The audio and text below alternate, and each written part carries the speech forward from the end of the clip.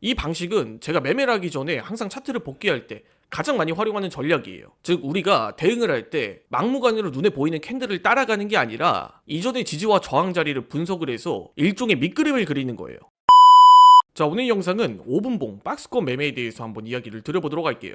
대부분의 투자자분들이 단타 매매 혹은 매매를 할 때 1분봉을 참고하시는 경향이 있어요. 물론 진입차점을 잡는 데는 1분봉을 참고해도 상관은 없다, 전 이렇게 말씀을 드리고 싶습니다. 그런데 여기서 1분봉을 보는 게 잘못됐다가 아니라 평균적으로 1분봉을 보게 되면 주가의 움직임이 너무 빠르게 나타나기 때문에 이런 구간에서 양봉이 떴다 혹은 음봉이 떴다라고 하면 민감하게 반응할 수밖에 없어요. 그렇기 때문에 이성적인 판단이 불가능하다라는 거죠. 저는 개인적으로 단타 매매나 트레이딩을 할 때 1분봉보다는 5분봉을 좀 더 추천드리고 싶습니다. 그런데 난 단타 매매할 때 어디서 타점을 잡고 어떻게 매매를 시작해야 되는지 잘 모르겠습니다, 이렇게 이야기해 주시는 분들이 많아요.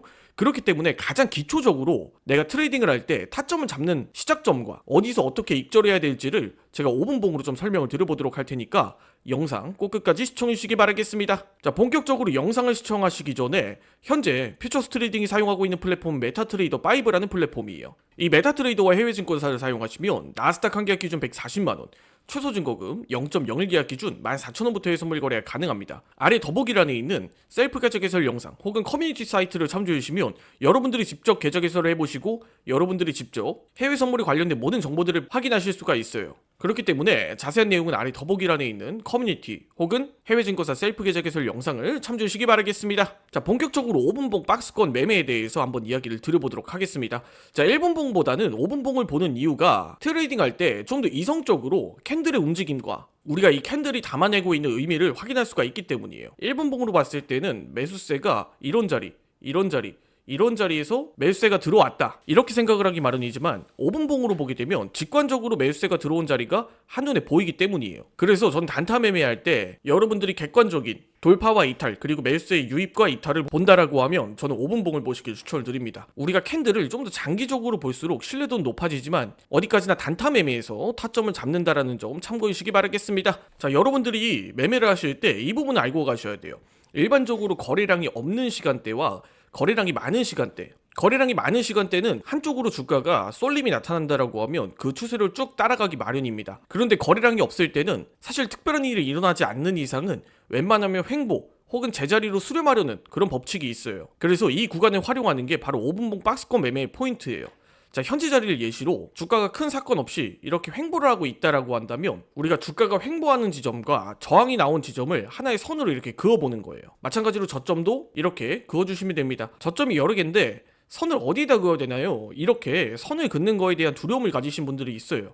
선을 여러 개를 그어두셔도 되니까 여러분들이 우리가 저항과 지지가 나왔던 구간을 선별해 낸다라는 게 포인트입니다. 자, 그렇게 됐을 때 지지가 나왔던 자리, 지지가 나왔던 자리, 저항이 나왔던 자리, 저항이 나왔던 자리가 한눈에 보이실 거예요. 자, 그렇다면 이런 구간들을 활용해서 우리가 트레이딩을 하면 되겠죠. 예를 들어 지지가 나왔던 구간에서 반복적으로 지지가 나온다라고 하면 이 특정 구간에서는 주가를 방어해주는 일종의 세력들이 있다, 우리가 이렇게 판단을 해보고 저항이 계속 나타났던 자리가 반복이 된다라고 하면 이런 자리는 세력들이 가격을 떨구는 자리 혹은 물량을 던지는 자리다, 이렇게 해석을 해보는 전략이에요. 자, 그렇다면 우리가 여기서 이 박스권 구간에서 대응 전략은 크게 두 가지가 되겠죠. 첫 번째로 이렇게 박스권을 돌파를 했을 때 이 박스권을 돌파한 지점에서 우리가 매수 타점을 잡는 거예요. 자, 그 이후로 주가가 이렇게 쭉 올라간다라고 하면 우리가 기준대로 예를 들어 30포인트의 수익 실현을 하시는 분들은 30포인트 혹은 50포인트의 수익 실현을 하시는 분들은 50포인트, 이런 식으로 익절 기준을 잡고 대응을 하시면 되는 거예요.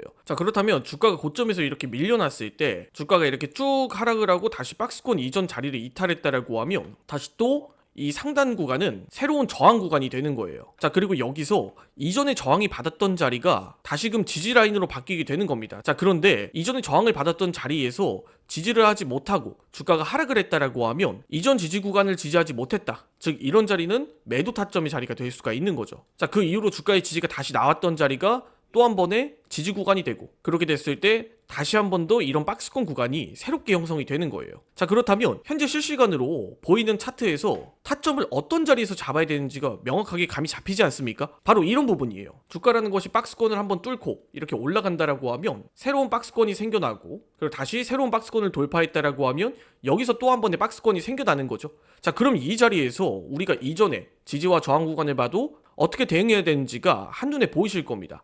바로 이 부분이 여러분들이 매매를 하는데 포인트라는 거예요. 이 방식은 제가 매매를 하기 전에 항상 차트를 복귀할 때 가장 많이 활용하는 전략이에요. 즉 우리가 대응을 할 때 막무가내로 눈에 보이는 캔들을 따라가는 게 아니라 이전의 지지와 저항 자리를 분석을 해서 일종의 밑그림을 그리는 거예요. 그렇게 됐을 때 우리가 어떻게 그려야 되고 어떻게 차트를 바라봐야 되는지가 한눈에 보이실 겁니다. 물론 이러한 전략은 하루 이틀 만에 몸에 익을 순 없어요. 하지만 여러분들이 매매를 하고 차트 매매를 한다고 하면 이 습관은 몸에 익혀두시는 게 가장 좋습니다. 자, 오늘 영상 여기까지 하고 마무리 짓도록 하겠습니다. 해외 증권사 계좌 개설 혹은 메타트레이더 관련 문의사항은 아래 더보기란에 있는 셀프 계좌 개설 영상 혹은 고정 댓글에 있는 고객센터를 참조해 주시기 바라겠습니다. 해외 증권사를 사용하시면 나스닥 한 계약 기준 140만원, 최소 증거금 0.01 계약 기준 14,000원부터의 선물 거래가 가능합니다. 자세한 내용은 댓글 혹은 더보기란에 있는 셀프 계좌 개설 영상 혹은 커뮤니티 사이트를 참조해 주시기 바라겠습니다. 지금까지 퓨처스 트레이딩이었습니다. 이 영상을 시청해 주셔서 감사드립니다.